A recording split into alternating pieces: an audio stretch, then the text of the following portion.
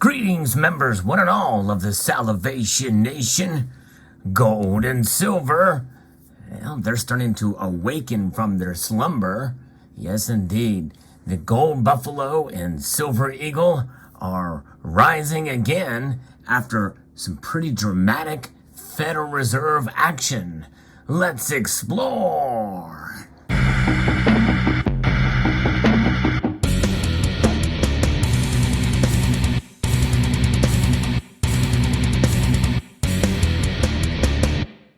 Indeed, we saw history being made today, something that has not happened since 1994. The Federal Reserve did some pretty dramatic activity today to try to stave off inflation. In fact, just before I did this video, I heard a news report that said, hey, high inflation is going to be over very, very soon. It's done. This is an end to these high prices. Well, little did they know that that's likely not going to happen. We are going to see inflation continue to rage on, especially after the reports that we're seeing with these high gas prices continuing to rise dramatically, and with 100% of confidence that the Fed was going to do this, and prices are still very, very high, and it's going to take a while. Of course, at the end of that news report, Jerome Powell was quoted in there as saying that we're going to continue to raise rates. And they're going to have to. And even then, it's likely not going to happen anytime very soon. In fact, we're more likely to see stagflation, as well as perhaps even a recession here, that we very well may already be in here. Now, Market Watch has done an article on this, a very small one, that says gold prices settled a little higher on Wednesday. And the Federal Reserve announced the biggest interest rate hike in nearly 30 years. Fed officials lifted the funds rate by 75 basis points to the 1.5% to 1.75% range. And that is where we are at. And in fact, as I record this video, with minutes to spare before the market closes, gold is up almost $27 an ounce, a 1.5% increase. Silver is up over 3%. In fact, over 3.2%, up 68 cents, getting close to $22 again, just 20 cents shy of $22. And platinum and palladium as well have rebounded here, with only rhodium dropping $200. That's another interesting story, but that has now brought the gold to silver ratio down below 85 again. Still very, very high indeed. And that is 84.58%. So that is where we are at. And this is the biggest rate hike since 1994.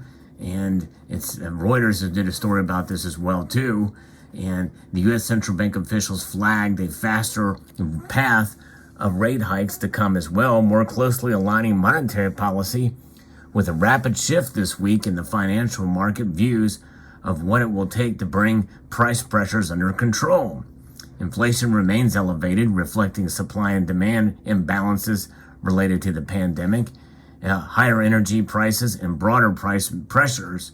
The central bank's policy-setting Federal Open Market Committee said in a statement at the end of its two-day meeting in Washington, the committee is strongly committed to returning inflation to its 2% objective. Good luck. Yes, indeed. Good luck with that. It's going to take quite some time. Statement continued to cite the Ukraine war and China lockdown policies as sources of additional inflation pressures. And again, I recognize there's nuance there for sure, multiple factors related to it. But certainly there's a monolithic viewpoint from both sides of the aisle politically. Republicans blame the Democrats. Democrats blame Republicans. In reality, both parties are to blame for the big spending. We can place the blame squarely on the Federal Reserve, I believe, but obviously there are other factors that relate to it well in terms of politically, with the drilling oil and what happens is they sidestep and blame the big oil companies for record profits. But in reality, given the oil market is very volatile, there are years when these companies must be agile, and the agility means that they have to be able to absorb losses on an annual basis. In fact, there are some companies have lost millions of dollars in any given fiscal year. Other years, they make millions and millions of dollars in profits. In the end, it comes out in the wash, which means that they put that money aside in a rainy day fund to be able to absorb years where they lose a lot of money. That's how they can be solvent. I don't blame them one bit for doing that. That's just the nature of the beast in terms of the economy and how they're able to do that and justify those big profits and big losses year to year. Powell said an increase of either 3/4 of a point or a half point would most likely be the appropriate outcome of the central bank's next meeting in late July. Still, Powell said he did not expect increases of the size of Wednesday's 75 basis points hike to be common. The action raised the short-term federal funds rate to the range of 1.5 to 1.75%. What does this mean for gold and silver? Well, typically it would mean that gold and silver would fall. We saw that kind of baked into the prices for the dip we saw last week and into this week. But today they rose. They actually rose upon the leading up to the announcement and what basically everybody knew was coming. And then the announcement came, and then the Federal Reserve Chairman made his statement, and they still rose. Now, one could make the argument that this was really a correction to the big drops that we saw, the plunge of the price recently, and that very well could be the normalization and correction of the markets, because whenever there's a dramatic rise or a dramatic fall in prices, typically there is a correction that follows. And that's part of what we're seeing. The volatility of both metals, really all the metals here in this case, seems to be standard procedure here.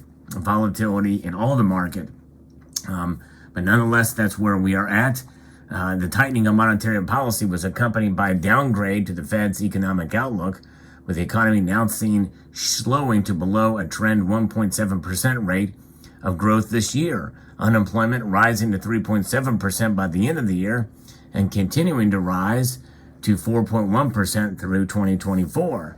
I think it's going to probably be worse than that, but especially if we start to see stagflation. But we'll see. And keep in mind, too, that inflation is probably going to get worse. And again, I'm referencing, rather, our esteemed, I put that in quotes, Treasury Secretary Janet Yellen, who used to be the Fed chair, who really played ignorant in terms of the inflation and how bad it would be, but she now predicts that inflation is going to last a whole year and be bad throughout the year. And there's an argument to that point because the producer price index numbers were released yesterday as well, and I talked about this, and that is one of the big drivers for the consumer price index. And it is, I think, 10.8%, slightly lower than the last measure, but still very high year over year. That puts pressure on the consumer price index. When the producer price index is higher than the consumer price index, that means that a lot of these businesses and along the manufacturing chain, they are absorbing profits. It's eating away at their profits, and they're taking that hit, at least to some level and some degree. Everybody is suffering under this inflation, no matter who you are, no matter how rich you are. Obviously, the rich, the ultra-rich, feel it maybe other ways and maybe may not see it on a day-to-day basis. They can absorb some of these other costs greater than you and I can. But nonetheless, it is affecting everyone in every way. But gold is a metal that will certainly do what it has done. And really, gold is acting as an inflation hedge today.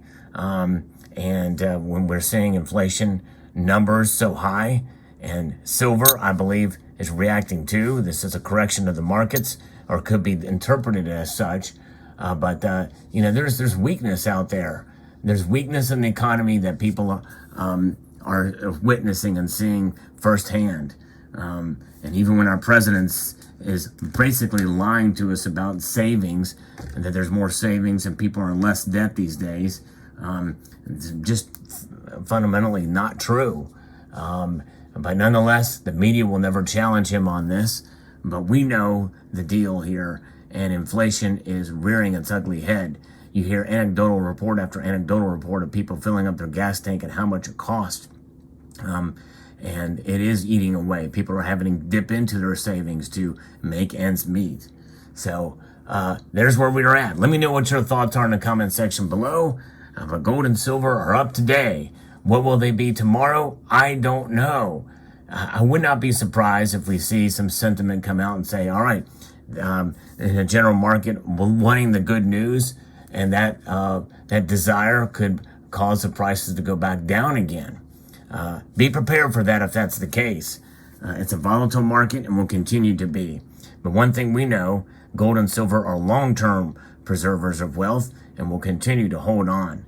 Let me know what your thoughts are in the comment section below. I do post videos on a daily basis. I want to extend a multitude of gratitude to you all for taking the time to watch and encourage you to please rate, share, comment, and subscribe.